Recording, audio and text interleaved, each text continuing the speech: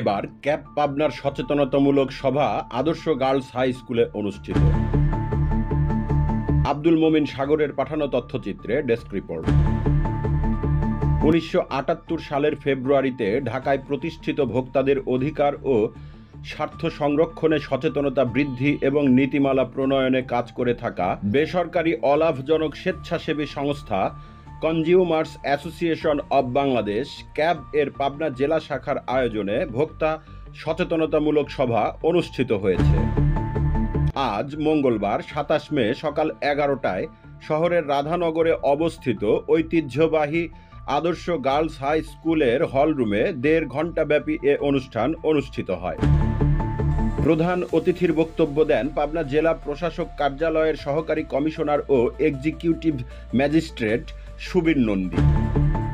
সংগঠনের সভাপতি এবিএম ফজলুর রহমানের সভাপতিত্বে বিশেষ অতিথির বক্তব্য দেন জেলা তথ্য অফিসের সিনিয়র তথ্য অফিসার সামিউল আলম ও বিদ্যালয়ের প্রধান শিক্ষক ওহিদুর রহমান। সংগঠনের সাধারণ সম্পাদক সহকারী অধ্যাপক এস.এম. মাহবুব আলমের সঞ্চালনায় আরও বক্তব্য দেন সাংগঠনিক সম্পাদক ডক্টর মনসুর আলম, সাংবাদিক ও মানবাধিকার কর্মী করুণা নাসরিন, সাংবাদিক রফিকুল আলম রঞ্জু, দেশ টিভির পাবনা জেলা প্রতিনিধি শামসুল আলম ও সিএনএফ টিভির চেয়ারম্যান খালেদ আহমেদ।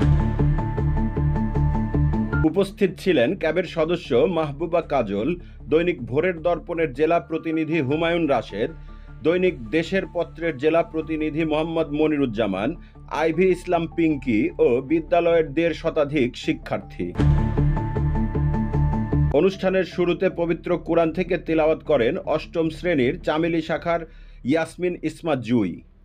আলোচনার আগে জেলা তথ্য অফিসের উদ্যোগে বজ্রপাতের ভয় আর নয় ও মাদকের বিরুদ্ধে শিক্ষার্থীদের সচেতনতামূলক 2টি নাটক প্রচার করেন দপ্তরের সাইন অপারেটর আবুল হোসেন। সভাপতির সমাপনী বক্তব্যের পর অনুষ্ঠানের সমাপ্তি হয়। CNF TV.